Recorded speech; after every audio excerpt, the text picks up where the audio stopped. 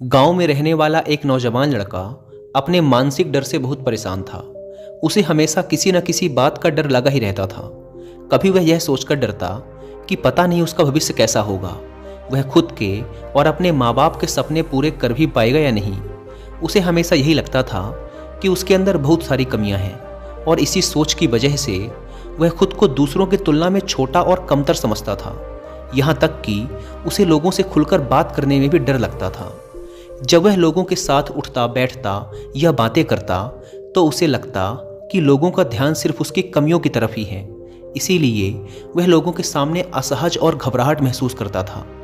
उसे इस बात से भी जलन होती थी कि उसके आसपास के लोग उससे आगे कैसे निकल रहे हैं, और साथ ही उसे इस बात का डर भी लगा रहता कि कहीं उसके मित्र या आसपास के लोग उससे आगे न निकल जाएं, और अगर ऐसा हुआ तो वह उनके सामने छोटा और कमज़ोर साबित हो जाएगा।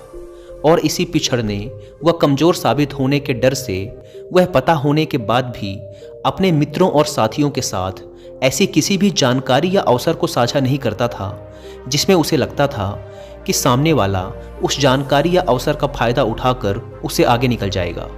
वह मानसिक रूप से इतना भयभीत और कमज़ोर हो चुका था कि उसे दूसरे लोगों को असफल होता हुआ देखकर खुशी मिलती थी।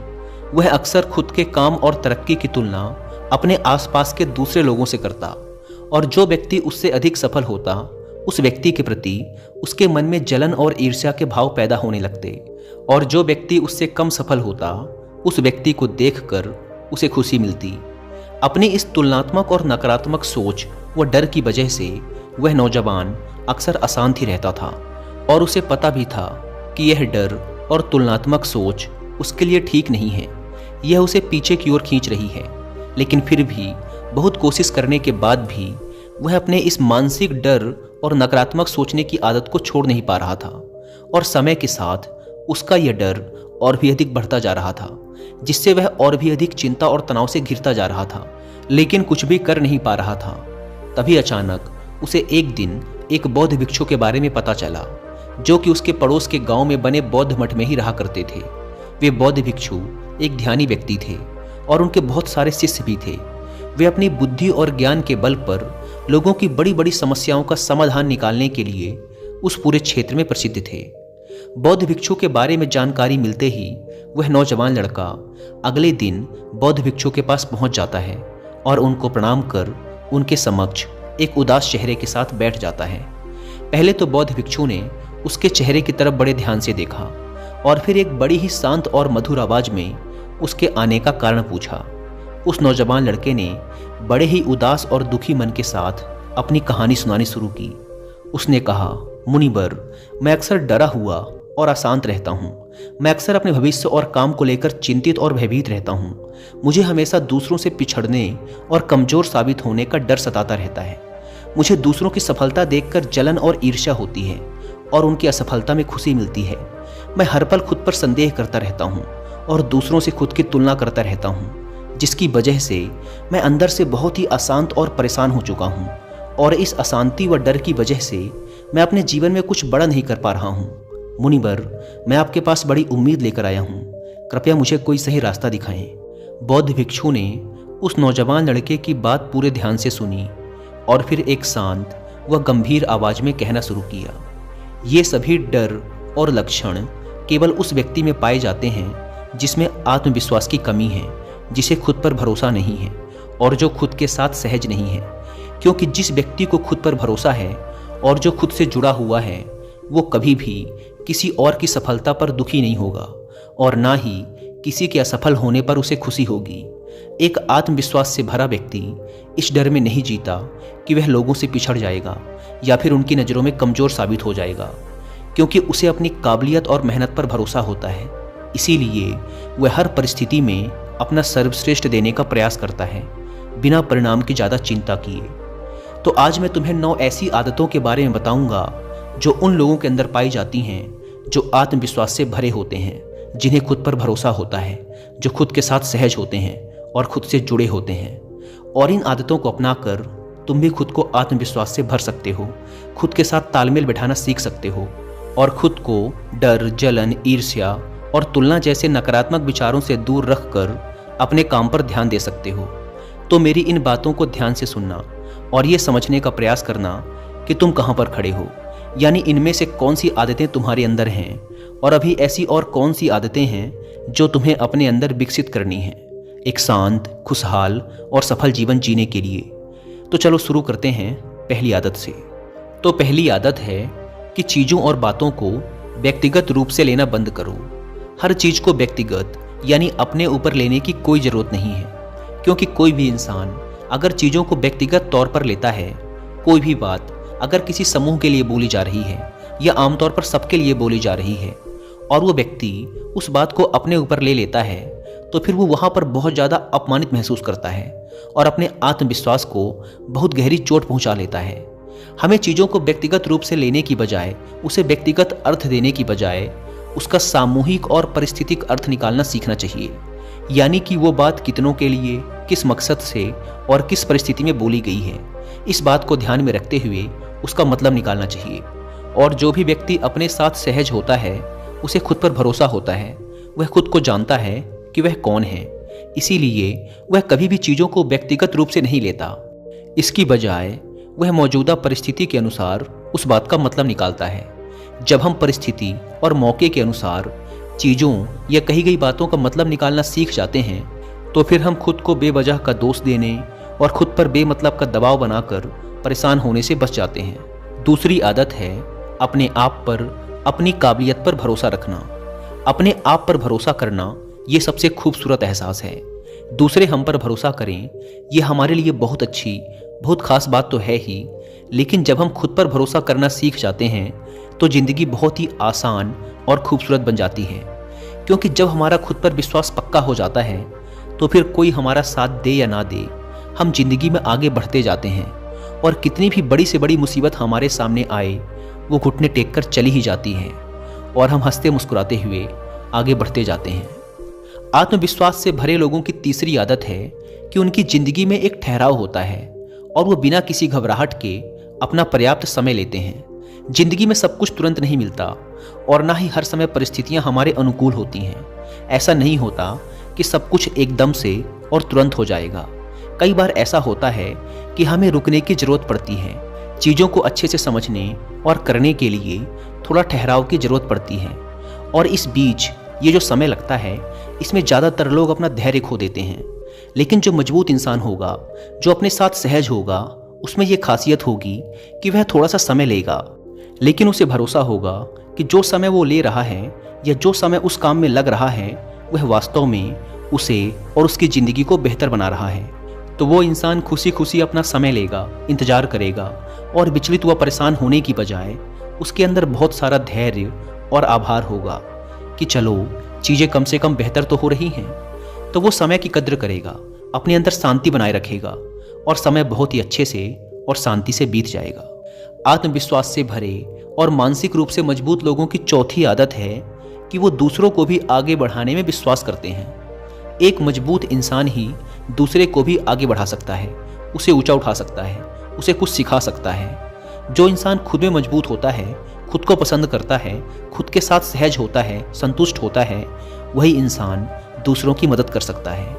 लेकिन जो खुद ही बेचारा है, खुद ही कमज़ोर है, स्वयं से संतुष्ट नहीं है, वो क्या दूसरों की मदद करेगा? उसे तो खुद दूसरे लोगों से मदद की ज़रूरत है। लेकिन जो इंसान खुद पर भरोसा करता है, वह खुद के साथ सहज और संतुष्ट होता है। इसीलिए वह किसी भी प्रकार की जलन, ईर्ष्या या तुलना के चक्कर में नहीं पड़ता।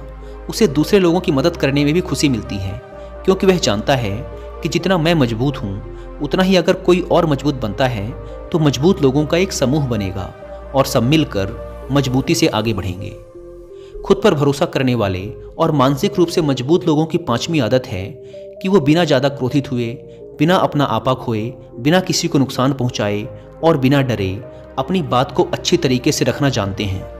क्योंकि ऐसा इंसान अपने साथ सहज और ईमानदार होता है, इसीलिए उसे अपनी गलतियों के बारे में भी पता होता है और ये भी पता होता है कि कहाँ पर वो निर्दोष है। इसीलिए वो अपनी गलतियों को पूरी विनम्रता से स्वीकार कर लेता है और जब वो सही होता है तो बिना डरे अपना पक्ष लेता है और अपनी बात पूरी मजबूती से रखता है। लेकिन अपनी शालीनता के दायरे में रहते हुए, बिना अपनी मर्यादा खोए, वो इंसान बहुत अच्छी तरीके से अपनी बात को 100 लोगों के सामने रखना हो, 1000 लोगों के सामने या फिर पूरी दुनिया के सामने, वो ये अच्छी तरीके से जानता है कि उसे कब क्या कदम उठाना है। इसी प्रकार से इन लोगों की छठी विशेषता है कि ये लोग मानसिक और भावनात्मक रूप से मजबूत और शक्तिशाली होते हैं। सही मायनों में मजबूत यानी अंदर से शक्तिशाली कौन होता है? जिसे ज्ञान होता है लेकिन उस ज्ञान का कोई घमंड नहीं होता, जिसे सही समय पर सही काम करना आता है, जिसे विनम्र रहना आता है, जिसे दूसरों की मदद करना आता है, वही इंसान वास्तव में शक्तिशाली होता है, स्वतंत्र होता है, आत्मविश्वासी होता है, सफल होता है, संतुष्ट होता है। तो सही मायनों में एक मजबूत इंसान की पहचान ऐसी होती है कि वो अपने जीवन के सभी आयामों को मजबूत रखता है और खुद की ही तरह दूसरों को भी शक्तिशाली बनाने में विश्वास रखता है, क्योंकि वह जानता है कि सकारात्मक शक्ति को जितना फैलाया जाएगा वह उतनी ही गुना बढ़कर उसके पास वापस आएगी और वह और भी शक्तिशाली होता चला जाएगा। तुम खुद सोचो कि अगर तुम किसी कमजोर लोगों के समूह में रहोगे तो क्या होगा? धीरे धीरे तुम भी कमजोर बन जाओगे। लेकिन अगर तुम शक्तिशाली लोगों का समूह बनाओगे, उनकी शक्ति बढ़ाओगे, तो क्या होगा? धीरे धीरे तुम्हारी भी शक्ति बढ़ती चली जाएगी। तो ऐसे लोग सही मायनों में शक्तिशाली होते हैं। आत्मविश्वास से भरे और खुद से जुड़े लोगों की सातवीं विशेषता है कि ये लोग अपनी जिंदगी से संतुष्ट होते हैं। इसका मतलब ये नहीं कि आगे कुछ करने का जोश नहीं होता, आगे तो बहुत कुछ करना होता है, लेकिन अभी जो है उसके लिए धन्यवाद से भरे हुए होते हैं, संतुष्ट होते हैं, खुश होते हैं। दिल में सुकून, प्यार और एक सकारात्मक जज्बा होता है, क्योंकि संतुष्टि और धन्यवाद के भाव से ही आगे चलकर सफलता हमारे पास आती है, सौभाग्य हमारे पास आता है। लेकिन अगर हम असंतुष्ट हैं तो हम खुद से नाखुश रहेंगे, कमियां निकालेंगे, चिड़चिड़ करेंगे, जिससे यह ब्रह्मांडीय शक्ति, यह प्रकृति भी कहेगी कि हर समय रोता ही रहता है, कमियां ही निकालता रहता है, छोड़ो इसे। और जो मेरे खुशनुमा बच्चे हैं उनकी तरफ ध्यान देता हूँ। ऐसा होता है ना कई बार कि जो बच्चा हर समय रोता रहता है, चिड़चिड़ाता रहता है, शिकायत करता रहता है, तो कई बार उसके माँ बाप भी उसे उसी हालत में छोड़ देते हैं कि रहने दो इसे, अपने आप ही रोग आके थोड़ी देर में चुप हो जाएगा। लेकिन जो बच्चा प्यारा सा, खुशनुमा सा और शांत होता है, उसकी तरफ लोगों का प्यार और बढ़ता है, उसे और खुशियाँ मिलती हैं।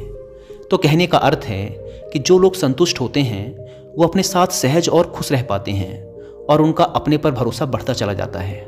इसी तरह से इन लोगों की आठवीं आदत होती है कि ये लोग संतुलन में भरोसा रखते हैं। जीवन को अच्छी तरीके से जीने के लिए इसका संतुलित होना बेहद आवश्यक है। तो ऐसे मजबूत लोग जो अपने साथ सहज होते हैं वो जीवन के संतुलित होने पर विश्वास रखते हैं। हमारे जीवन के बहुत सारे पहलू हैं, जैसे शारीरिक स्वास्थ्य, मानसिक स्वास्थ्य, घरेलू संबंध, सामाजिक संबंध, भविष्य के सपने, मौज मस्ती, सफलता इत्यादि। और अगर हम इन सभी चीज़ों को उचित समय देते हैं तो हमारे जीवन में एक संतुलन होगा, हम संतुष्ट रहेंगे, खुश रहेंगे, बीमार होने से बचे रहेंगे। लेकिन अगर हम जीवन के किसी एक क्षेत्र में बहुत ज़्यादा ध्यान देते हैं, उसमें बहुत अच्छा कर रहे हैं, लेकिन बाकी दूसरे क्षेत्रों में बिल्कुल पिछड़े हुए हैं, तो क्या होगा? हमारे जीवन में कभी भी वो संतुष्टि, वो खुशी, वो आत्मविश्वास आ ही नहीं पाएगा। हम ज़्यादातर समय परेशान ही रहेंगे। इसीलिए तुम्हारे जीवन के जो भी कमज़ोर क्षेत्र हैं उनकी ओर भी ध्यान दो और एक योजना बनाओ कि कैसे उन्हें बेहतर किया जा सकता है, जिससे तुम अपने जीवन में एक संतुलन स्थापित कर सको। नौवीं और आखिरी आदत है कि ये लोग खुले विचारों वाले होते हैं। जो भी इंसान खुले दिमाग का होगा वह नए विचारों का स्वागत करेगा, दूसरों की राय का भी सम्मान करेगा। लेकिन जो व्यक्ति खुले विचारों वाला नहीं होगा, बस मैं ही सही हूँ, इस अकड़ में दबा जाएगा और अकड़ अकड़ के अपना काम बिगाड़ देगा। दिमाग और दिल का खुला होना बेहद जरूरी है। मैं जैसा हूँ वो हूँ, लेकिन अगर दूसरा मुझसे अलग है तो इसका मतलब ये थोड़े ना कि वो गलत है। अगर मुझे कोई विशेष चीज़ पसंद नहीं है, कोई पहनावा पसंद नहीं है, कोई काम करने का तरीका पसंद नहीं है, तो इसका मतलब ये थोड़े ना कि सामने वाले का तरीका गलत ही होगा। तो विचारों का खुला होना बेहद आवश्यक है। नई चीज़ों को सीखना, चाहे वो कोई काम हो, संस्कृति हो, विचार हो, कला हो, उसका स्वागत करना, उनकी अच्छाई की तारीफ करना, बदलाव को स्वीकार करना, यही सब चीज़ें होती हैं जो खुले विचारों वाले इंसान की पहचान होती हैं। लेकिन अगर हम रूढ़िवादी और छोटी सोच में फंस जाते हैं, अंधविश्वास में फंस जाते हैं, अपनी सोच को बदलने के लिए तैयार नहीं होते, अपना नज़रिया नहीं बदलते, तो फिर क्या होता है? हम मानसिक रूप से सड़ने लगते हैं। लेकिन जब हम खुलते हैं, नई चीज़ों का स्वागत करते हैं, तो हम मुस्कुराते हैं, हम पहले से बेहतर बनते हैं, हमारा दिमाग ज़्यादा विकसित होता है और हम नई नई चीज़ें सीख कर आगे बढ़ते रहते हैं, जिससे हमारे जीवन में और खुशियाँ आती हैं। इतना कहने के बाद बौद्ध भिक्षु थोड़ी देर के लिए रुके और फिर एक हल्की मुस्कान ली और फिर कहा, तो अब तक तुम्हें समझ तो आ ही गया होगा और यह भी अनुमान लगा लिया होगा कि तुम अभी कहाँ पर खड़े हो और तुम्हें अपने अंदर क्या क्या बदलाव लाने हैं। बौद्ध भिक्षु के मुंह से यह बात सुनकर उस जवान लड़के ने हाँ में अपना सिर हिलाया और इस अमूल्य जानकारी के लिए बौद्ध भिक्षु का धन्यवाद कर वहाँ से चला गया। दोस्तों, मुझे उम्मीद है कि आपको ये वीडियो पसंद आई होगी और वीडियो में यहाँ तक बने रहने के लिए आप सबका बहुत बहुत धन्यवाद।